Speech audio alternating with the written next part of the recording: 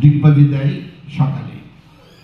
লক্ষ পাগল জমা হয়, মহিষটাকে দেখবে, লাগাম টানে মন্ত্রী, ঘুম তো হারাম তার চেয়ে।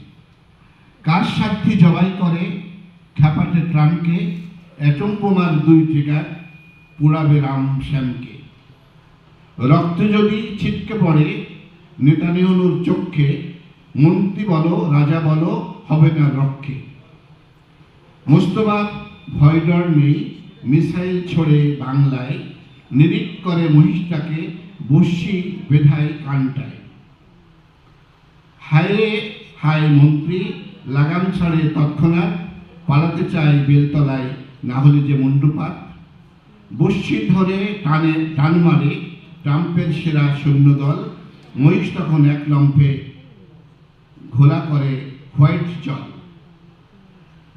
স্নান যখন হয় শেষ, ট্রাম্প পেতে দেয় বিছানা, ক্লান্ত মহিষ ঘুমায় তখন, এটাই তার মূল ঠিকানা।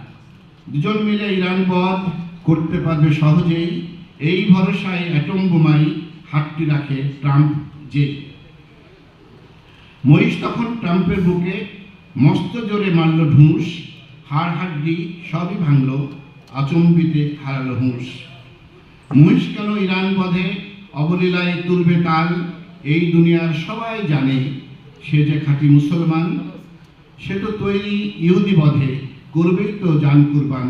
মন্ত্রী শুধু বাদ সাধল, স্বপ্ন হলো খান খান। ভাগ্যে জুটল চিড়িয়াখানা, কেউ জানে না ভবিষ্যৎ। মরণ কোথায় বাংলাদেশে, কে মিটাবে তার ক্ষত।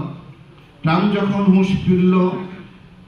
যখন হুঁশ ফিরল, দেখলো পাশে দোস্ত নেই, এক নিমেষে পাগল প্রায়, মুহূর্তেই হারালো খেই। সে এখন হোয়াইট হাউসে, হাতের ডগায় দূরবীন, দেখতে পেল দোস্ত তাহার বাজাচ্ছে সুখের বিন। তাক করল 303, লক্ষ্য তার বাংলাদেশ, ছুড়ল গুলি লক্ষ্যভ্রষ্ট। এই গল্প এখানেই শেষ।